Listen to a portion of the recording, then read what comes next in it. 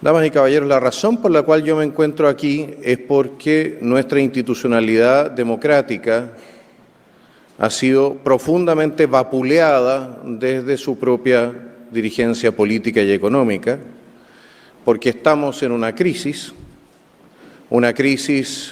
de la cual la ciudadanía, un porcentaje de la ciudadanía cree que no va a sacarla la clase dirigente tradicional de nuestro país. Esa es la realidad. Y esto porque es esa clase dirigente la que permitió que se fuese corrompiendo el sistema hasta el punto en que ya no funciona en muchos campos. Las políticas migratorias del laissez-faire, de las cuales somos testigos los últimos 8 o 10 años, afectaron profundamente a las clases trabajadoras de nuestro país en materia de lo que fueron su nivel de ingreso.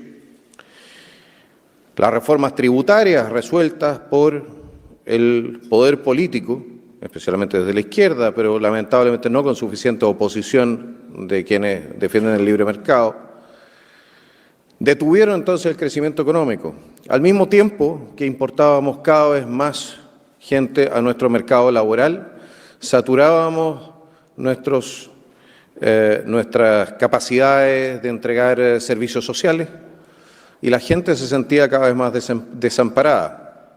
En paralelo, grupos políticos que habían plantado bandera de refundar o subvertir cuanto menos todo el orden establecido, avanzaban sobre el sistema político y lo desestabilizaban, hasta el punto en que, en mi opinión, y con ayuda del extranjero, financiera, y también probablemente logística y de inteligencia, se produce lo que mal llaman el estallido social, que yo creo que fue una guerra híbrida dirigida en contra de nuestro país.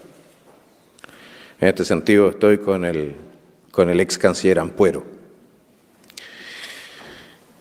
Nuevamente nuestra clase dirigente ha preferido cerrar los ojos y hacer como que no hubiese pasado nada.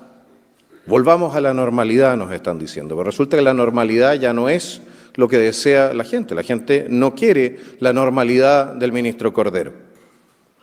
Quiere quizás la normalidad del año 2005, del 2008. No es que Chile fuera perfecto de ninguna manera, pero era una normalidad donde usted podía salir en la noche a la calle y no tenía que tener miedo de transformarse en víctima de un asalto. Mire, en 2 universidades y ayer en una concentración hice exactamente la misma pregunta. Le pedí a la gente que estaba presente que levantase la mano si había sido víctima o conocía a alguien que hubiese sido víctima de un portonazo. Prácticamente unánime. Eso significa que el Estado en Chile ha dejado de cumplir con su función básica, que es la de entregar protección y justicia a sus ciudadanos. Todo el resto es secundario, damas y caballeros. Cuando el Estado deja de estar presente desde el punto de vista de la seguridad, todo el resto de las políticas pasan a ser irrelevantes.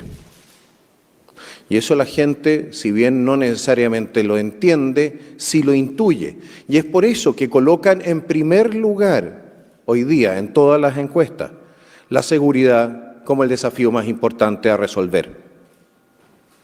Porque todo el resto depende, para su éxito, de que el Estado pueda alcanzar en profundidad nuestras poblaciones, nuestros campos, pueda llegar también con sus servicios.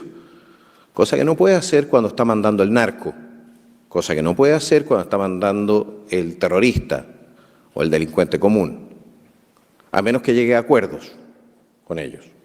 Yo me acuerdo de cierto alcalde que fue muy criticado años atrás porque decía que había llegado a acuerdos con el narco para poder seguir entregando servicios a sus vecinos.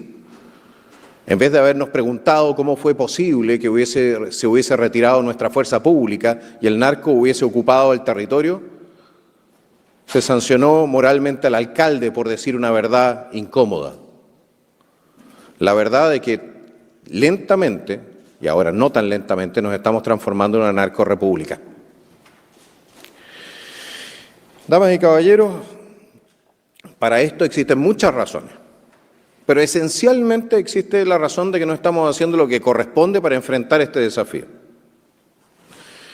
Existen nexos entre la política y el narco.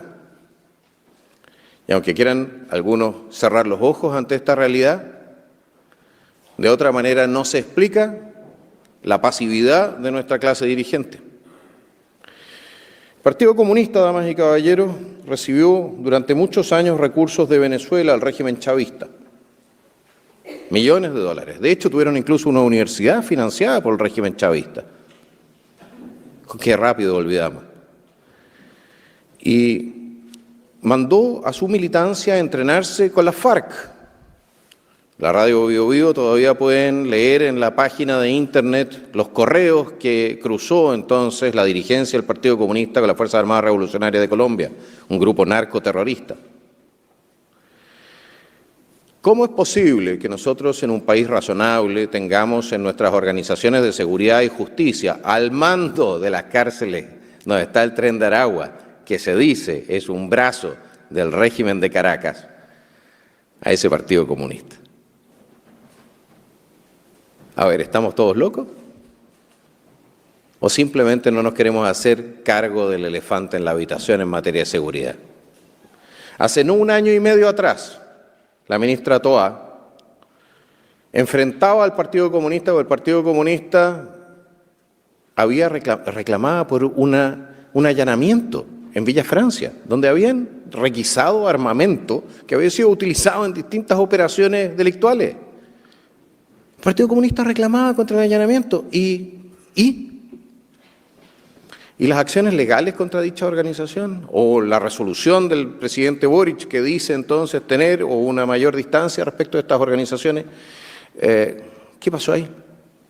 Nada. De hecho, lamentablemente, nuestro sistema político, en el debate mismo ha callado ante lo evidente. Y ahora tenemos a una persona que me cae muy bien. Personalmente, yo creo que tiene un ángel, la ministra Jara, la ex ministra Jara, pero que lleva al Partido Comunista a ser el referente en la alternancia en el poder en nuestro país. Un partido que tiene estas relaciones que yo les he mencionado. ¿Cuánta seguridad nos da nuestra institucionalidad o nuestra constitución o lo que fuere si la alternancia en el poder hacia el futuro en Chile se da entre la derecha, que va a seguir realizando elecciones por lo demás, porque nosotros creemos en el sistema democrático, y una izquierda hegemonizada por el Partido Comunista de Chile? ¿Cuánto tiempo nos vamos a demorar hasta perder nuestra democracia, en uno u otro sentido? Creo que es un tema interesante para hacer un análisis también en esta universidad. Pero mientras tanto, ahora, en este momento, es la derecha la que parece tener mejores opciones de llegar al gobierno. Y es por eso que este gobierno que viene va a ser tan importante para nuestra institucionalidad, para nuestra democracia y para el desarrollo de nuestro país. Porque en estos 4 años, si es que la confianza de la ciudadanía es depositada en quienes ahora estamos en la oposición, en estos 4 años no nos podemos dar el lujo de fracasar o de hacer un mal gobierno. No nos podemos dar el lujo de permitir que siga avanzando el narco. No nos podemos dar el lujo de permitir que nuestra superestructura de justicia, fiscalías, etcétera, sigan siendo presa de la corrupción de los más distintos tipos. También aquella que va de la mano de la injerencia política en sus nombramientos internos. No podemos permitir que continúe la decadencia económica, porque tarde o temprano eso nos va a llevar, y digo más temprano que tarde, nos va a llevar a la insolvencia como Estado. Es decir, nosotros tenemos un desafío como país, como probablemente no lo hemos tenido en 50 años y más. Probablemente la última vez que estuvimos en una situación tan delicada ni siquiera fue en el siglo XX, sino que a fines del XIX, para la Guerra Civil del 91, donde la misma existencia de nuestro país estaba en duda, Y no lo digo solamente por la amenaza de transformarnos en un Estado fallido, sino porque en este momento también estamos enfrentados a la amenaza de transformarnos en una nación fallida. Una tasa de natalidad de 1.07 significa, y le pueden preguntar probablemente a cualquier economista o a cualquier sociólogo en esta universidad, significa la implosión social de aquí a 30 años más. Es el fin de todos los sistemas, si no tienes una tasa de reemplazo mucho más potente. Y no puedes reemplazar simplemente a tu población con inmigración sin generar tensiones que pueden llegar entonces también a una situación de conflicto, incluso armado. ¿Nos vamos a hacer cargo de todos estos desafíos? Yo creo que es necesario. Y yo creo que es necesario también nombrarlos, todos y cada uno de ellos. Tenemos que tener claro, tenemos que pintar el diablo en la pared, para que sepamos qué es lo que vamos a enfrentar, por qué, y por qué vamos a tener que realizar también los esfuerzos, muchos de los cuales van a ser dolorosos, algunos de ellos impopulares, que tenemos que realizar en los próximos 4 años para volver a sentar a Chile sobre pilares más sólidos, que le permitan entonces mirar hacia lo que yo llamo su destino manifiesto, que es proyectar su permanencia, por supuesto, y su existencia como nación soberana, y su poder hacia el Pacífico Sur, hacia la Antártica, comercialmente hacia el Asia y hacia el corazón económico de nuestro continente, que es el sur de Brasil. Para todo eso, damas y caballeros, vamos a tener entonces que tomar decisiones. Y la toma de decisiones va a tener que ser audaz, vamos a tener que pensar también fuera de la caja. Los mismos tipos de decisiones no nos van a ayudar para salir de estos problemas. Y lo otro, no podemos seguir escondiendo los problemas o hacer como que no están por miedo al conflicto, por miedo a las tensiones que impajaritablemente van a venir de la mano de la resolución de los problemas. Como decía cierto político de un país del norte, decía que no se le puede preguntar a las ranas cuando usted quiere secar el pantano. Bueno, nosotros vamos a tener que secar más de un pantano.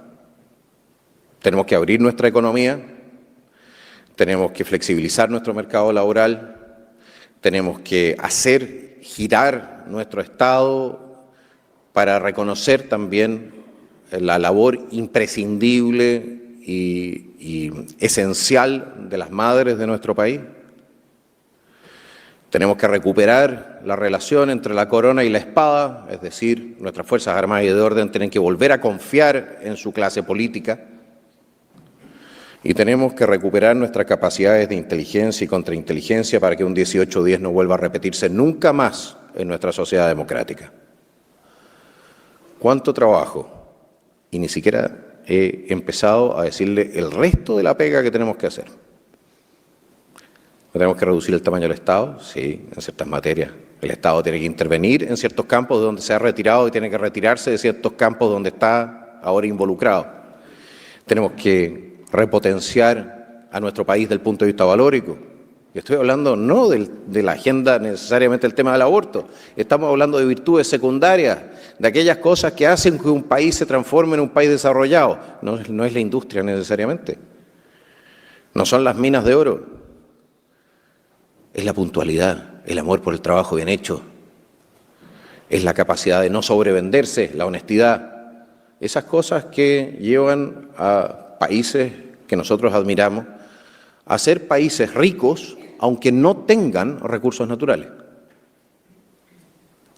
Ese capital cultural que se multiplica en salas como esta, se entrega a los jóvenes y que no duele necesariamente repartir. Lo estamos repartiendo a algunos, sí, y a muchos otros los estamos dejando fuera del alcance de ese capital cultural. También eso va a ser un trabajo nuestro, el trabajo de impulsar la recapitalización cultural de un país que ha sido víctima sistemática de la destrucción de su estructura de valores por parte de una agenda ideológica que tiene por objeto la destrucción cultural para poder reemplazar este sistema que lo encuentran tan injusto por un sistema que lo encuentran mucho más justo, pero que es normalmente construido sobre tumbas de cientos de millones. No nos equivoquemos respecto de por qué atacan las estructuras filosóficas y religiosas de nuestro país. Quienes lo hacen. Quieren un reemplazo al sistema. Ahora, el socialismo real no funcionó muy bien, pero siguen queriendo el reemplazo al sistema. Llegan al poder, no saben realmente qué hacer. A estas alturas ni siquiera saben cómo destruirlo como corresponde. Pero van a seguir avanzando. Y lo que están haciendo es empobrecernos. Y lo notamos. Las nuevas generaciones tienen problemas serios para integrarse en la vida laboral. Y por lo demás, todas las generaciones tienen un problema serio para distinguir entre lo que es un derecho y lo que es una aspiración. Eso también nos genera problemas serios en materia política y en materia de poder cumplir con las expectativas de la ciudadanía. Nuestra propuesta, por lo tanto, es una propuesta quizás un poco fuera del marco de lo que ha sido normalmente la política en los últimos 20 años, cuanto menos. Nosotros proponemos sangre, sudor y lágrimas, proponemos hacer cumplir la ley de capitán a paje, proponemos volver a las bases de la República. No somos revolucionarios, queremos reconstruir la institucionalidad nacional sobre las bases de lo que nos ha dado nuestra civilización occidental. Ese es el proyecto nacional libertario y los dejo a todos convidados a sumarse a él. Muchas gracias.